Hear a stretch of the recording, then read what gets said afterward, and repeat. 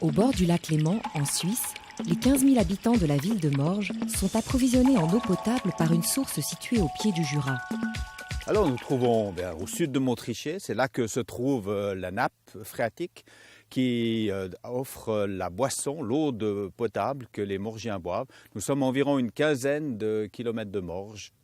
Cette source est exploitée depuis le début du XXe siècle.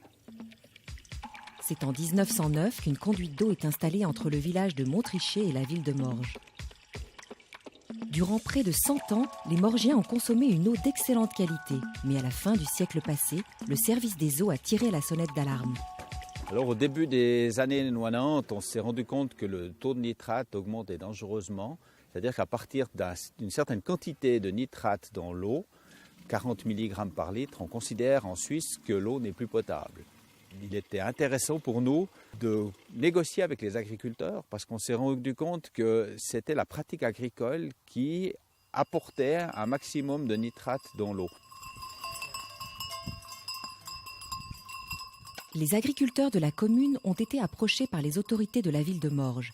Celles-ci ont proposé aux propriétaires des terrains qui se trouvaient au-dessus de la nappe phréatique de renoncer aux cultures vivrières consommatrices d'engrais et de laisser les champs en prairies permanentes.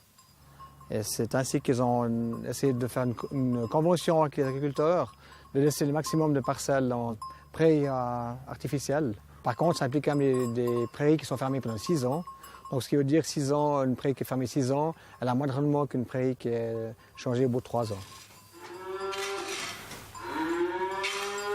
Afin de compenser ce manque à gagner, la commune de Morges, le canton de Vaud et la Confédération ont indemnisé les agriculteurs.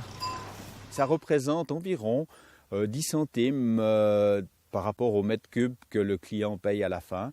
Donc sur environ 1,50 franc que paye le consommateur, 10 centimes sont là pour protéger la qualité de l'eau avant que celle-ci finalement soit pompée.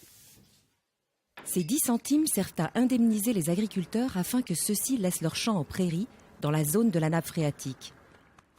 De ce fait, l'eau n'a pas besoin d'être traitée avant consommation. J'imagine que pour tout un chacun, l'eau est quand même bien précieux.